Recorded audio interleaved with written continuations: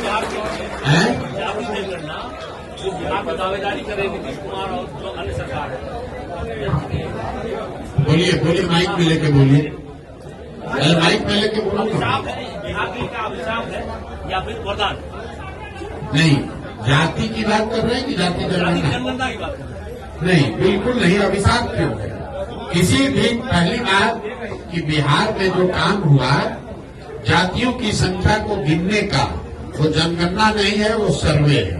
जनगणना कराने का अधिकार राज्य सरकारों को नहीं है, जनगणना केंद्र का मामला है। लेकिन उसको आप सर्वे कहिए या जनगणना कहिए, वो सर्वे यहाँ आया, उससे कोई दिक्कत नहीं है। सर्वे में तो वही बात निकल के आई जो सब लोग कह रहे हैं कि समाज का एक बड़ा वर्ग जिसके नाम पर पिछले 30-35 साल में राजनीति की गई, जिनके वोट से लोग सत्ता में बैठे, उनकी स्थिति, उनके बच्चों की स्थिति जो आज से 30 वर्ष पहले थी, कमोबेश वही है।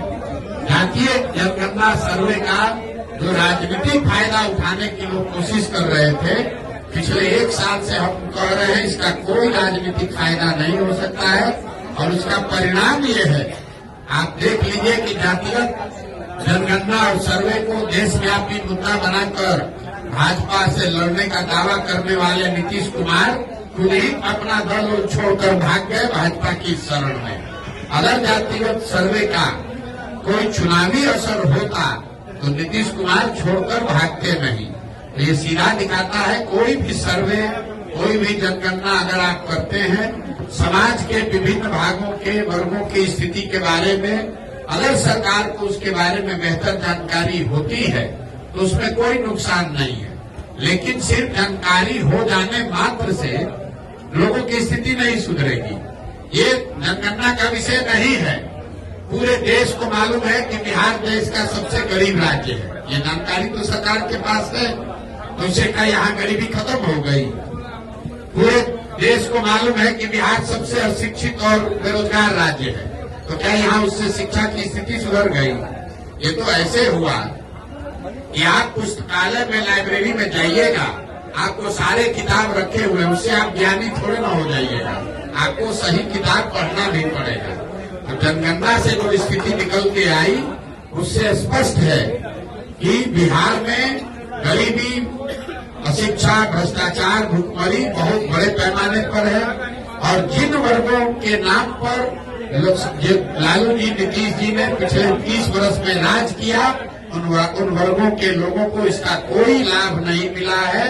ये बात पहले उनके विरोधी कहते थे। जनगणना कराकर नीतीश कुमार, लालू यादव ने वो कीचड़ अपने आप अपने मुंह पर लपेट लिया। ये स्वीकार कर लिया कि जिन वर्गों के प्रतिनिधित्व की, आवाज की, एम्पावरमेंट की बात कर रहे थे, उन वर्गों को पिछले 30-35 साल में कोई लाभ नहीं मिला। ये जो कहा जा रहा है कि सत्ता में जो लोग बैठे हैं, तो भाई ये बताइए कि अगर जो समाज में अति पिछड़ा है, जो वंचित है, जो मुसलमान है, दलित है, महादलित है, अगर उसको लाभ नहीं मिला तो उसके लाभ का हकमारी किसने किया? जो लोग सत्ता में बैठे हैं उन्होंने तो किया।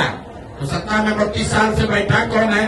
लालू और नीतीश। तो अगर हकमारी हुई तो सबसे बड़ी हकमारी लालू और नीतीश ने की है। इनको किसने रोका है? आज अभी सरकार में थे लालू नीतीश, साथ में किसी अल्पसंख्यक को गृह मंत्री बना देते, उप मुख्यमंत्री बना देते। तो जब सरकार बनी तो मुसलमानों के वोट से आरजेडी जो अपनी राजनीति करती है, उन्होंने मुसलमानों को एक भी विभाग नहीं दिया। अभी राज्यसभा में अपना भेजे हैं एमपी, राज्यसभा में किसी मुसलमान को नहीं भेजा। मुसलमानों को भाजपा का डर दिखाकर वोट लिया, लेकिन उनको प्रतिनिधित्व नहीं दी, भागीदारी नहीं दी। तो किसने हकमारी की? भाई प्रशांत किशोर तो है नहीं, कांग्रेस तो वहाँ है नहीं, सत्ता में है आरजेडी, और मुसलमानों ने वोट दिया है आरजेडी को। और उसके बावजूद अगर आरजेडी आपको हक नहीं दे रही है तो आपका हकमारी वही कर रही है। यही हाल नीतीश कुमार ने किया। 15 साल से अति पिछड़ा दलित, महादलित का वोट लिया, लेकिन कितने अति पिछड़ों को कोई विभाग दिया? कितने अति पिछड़ों को सामाजिक राजनीतिक जगह दी? अपने विभाग में, अपने मंत्रिमंडल में कितने महादलित को जगह दिया है? आप जरा देख लीजिए उनके अगल बगल बैठने वाले जो लोग हैं वो किस समाज के लोग हैं। वो कितने अति पिछड़ों को बगल में बैठा है। यहाँ का गृह मंत्रालय, यहाँ का वित्त मंत्रालय, यहाँ का ग्रामीण विकास, जल संसाधन, पथ निर्माण, ग्रामीण कार्य, ये जितने बड़े विभाग हैं इसमें कोई अति पिछड़ा, कोई मुसलमान नहीं है। और इसी अति पिछड़ा और मुसलमान के नाम पर 30 वर्ष से ये लोग राज कर रहे हैं दोनों लोग। तो ये जो सर्वे हुआ, ये सर्वे करके जैसे विनाश काले विपरीत बुद्धि, ज्यादा चालाक बनिएगा तो यही होगा।